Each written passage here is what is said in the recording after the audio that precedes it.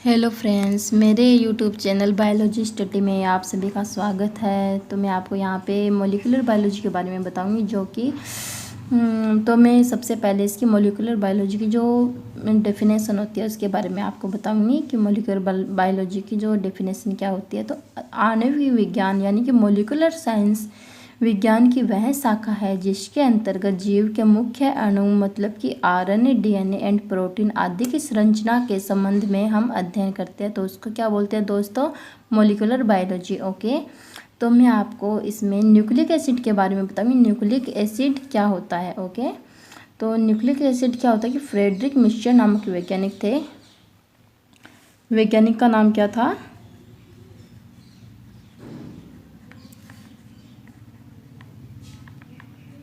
Frederick मिश्चर नामक scientist थे। तो न्यूक्लिक एसिड क्या होता है कि फ्रेडरिक मिश्चर नामक साइंटिस्ट थे। उन्होंने डीएनए की खोज कहाँ पे की थी? पक्षियों की मवाद कोशिका की जो डब्ल्यूबीसी होती है, पक्षियों की मवाद कोशिकाओं में जो डब्ल्यूबीसी होती है उनमें न्यूक्लिक एसिड को खोजा। किसने खोजा? फ्रेडरिक मिश्चर नामक वैज्ञानिक थे। ओके, उन्होंने पक्षियों की मवाद कोशिकाओं की जो डब्ल्यूबीसी होती है उसके अंदर डीएनए की खोज की थी तथा इन्होंने इसे धागेनुमा पदार्थ के रूप में देखा तथा डीएनए यानी कि न्यूक्लिक एसिड को क्या नाम दिया? न्यूक्लिक एसिड को क्या नाम दिया? न्यूक्लिन। ओके फ्रेंड्स, तो फ्रेंड्स अब हम चलते हैं सेकंड वैज्ञानिक की ओर। तो सेकंड वैज्ञानिक जो थे उनका नाम था अल्टमान। अल्टमान नामक जो वैज्ञानिक थे उन्होंने न्यूक्लिक एसिड नाम क्यों दिया? क्योंकि इनमें इन्होंने अम्लीय प्रकृति को खोजा, यानी कि जो न्यूक्लिक एसिड की जो प्रकृति होती है, जो न्यूक्लिक एसिड की जो नेचर होती है, उन्होंने इनको खोजा तथा इन्होंने इनको न्यूक्लिक एसिड कहा। ओके फ्रेंड्स, तथा जो अब हम चलते हैं थर्ड नामक वैज्ञानिक यानी कि लोवेन ने न्यूक्लिक अम्लों को दो प्रकार से बना बताया, यानी कि लोवेन नामक वैज्ञानिक थे।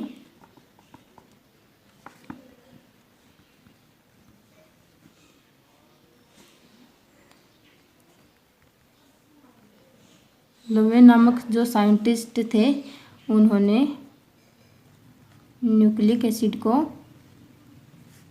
दो पार्ट्स में न्यूक्लिक एसिड को 2 पार्ट्स में फ्रेंड यहाँ पे इन्होंने डिवाइड किया।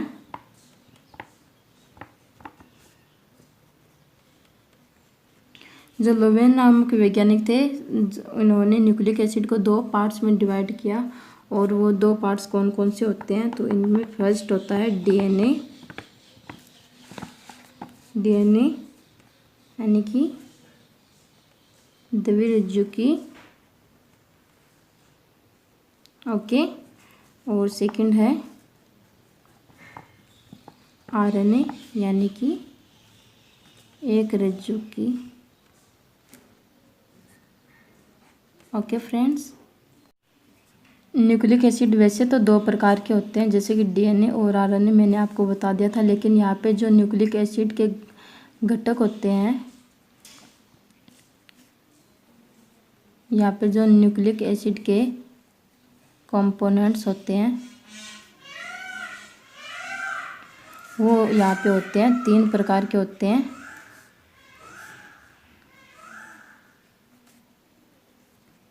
न्यूक्लिक एसिड के जो कंपोनेंट्स होते हैं वो यहाँ पे 3 प्रकार के होते हैं। तो इनमें फर्स्ट होता है शुगर यानी कि शर्करा,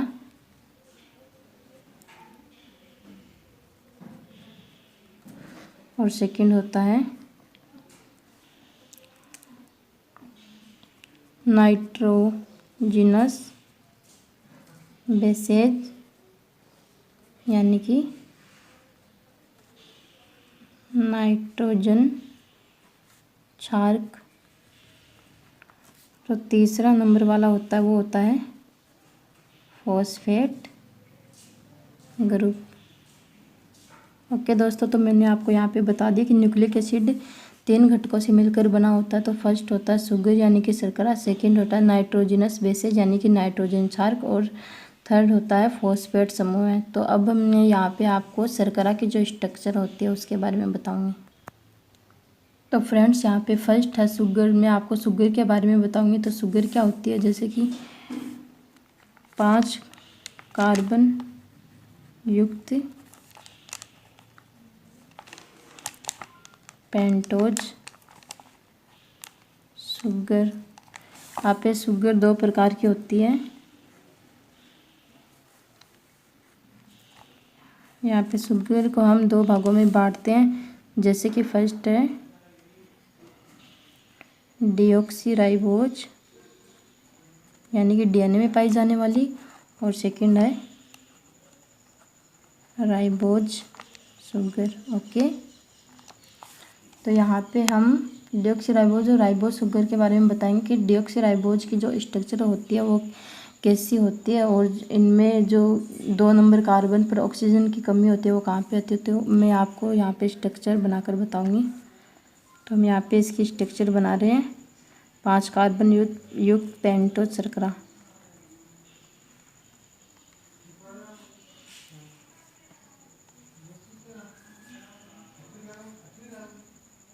यहाँ पे दोस्तों देखती हैं OH समूह है, यहाँ पे H, यहाँ पे H, यहाँ पे ओनली H, क्योंकि डीऑक्सीराइबोज जो शुगर होती है उसमें 2 नंबर कार्बन पर एक ऑक्सीजन की कमी होती है। ओके,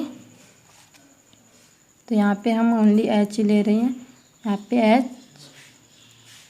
यहाँ पे OH, और यहाँ पे भी 5 नंबर कार्बन पे CH2OH, यहाँ पे H। ओके, अब हम यहाँ पे, ये तो हो गई डीऑक्सीराइबोज की संरचना, और अब हम यहाँ पे राइबोज शुगर की संरचना बनाते हैं।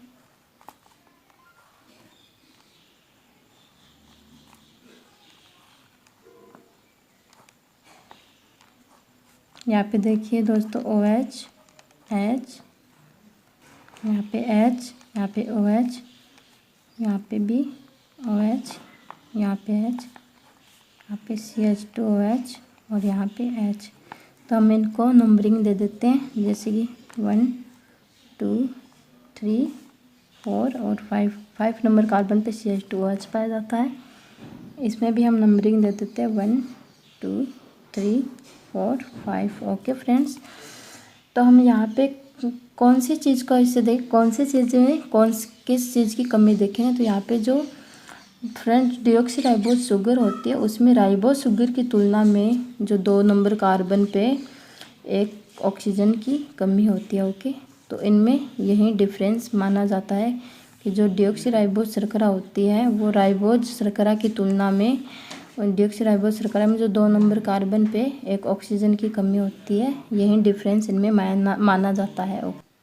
तो फ्रेंड्स, हमारा जो न्यूक्लिक एसिड का फर्स्ट पार्ट था वो था शर्करा यानी कि शुगर। अब हम सेकंड भाग ले रहे हैं नाइट्रोजनिक बेसेज यानी कि नाइट्रोजनी क्षारक।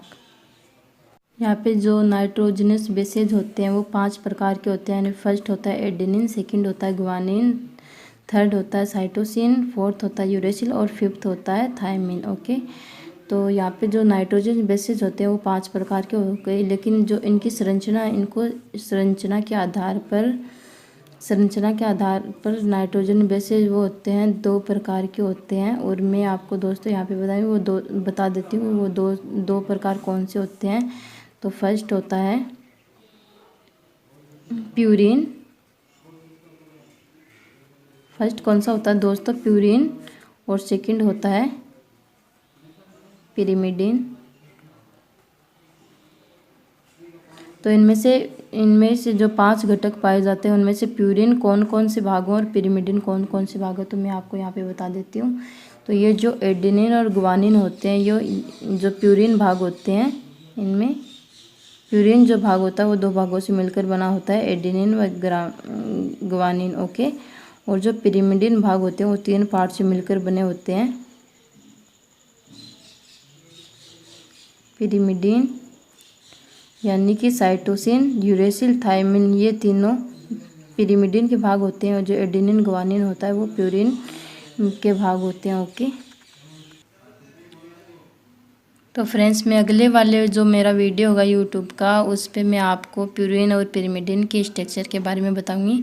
तो दोस्तों मेरा यहाँ पे जो आपको वीडियो पसंद आया हो तो लाइक ज़रूर कीजिएगा और कमेंट्स में बताएं कि मेरा वीडियो कैसा बना है, और आपको जो समझ में आया नहीं आया वो कमेंट में बताइएगा, और जो सब्सक्राइब करना मत भूलिएगा। और सब्सक्राइब जब आप करते हो दोस्तों मेरे चैनल को तो आगे जो रिंग आती है उसको बटन दबाना मत भूलिएगा, ताकि मेरा जो वीडियो होगा स्टडी का वो आपके पास फटाक से पहुंच जाएगा। ओके दोस्तों।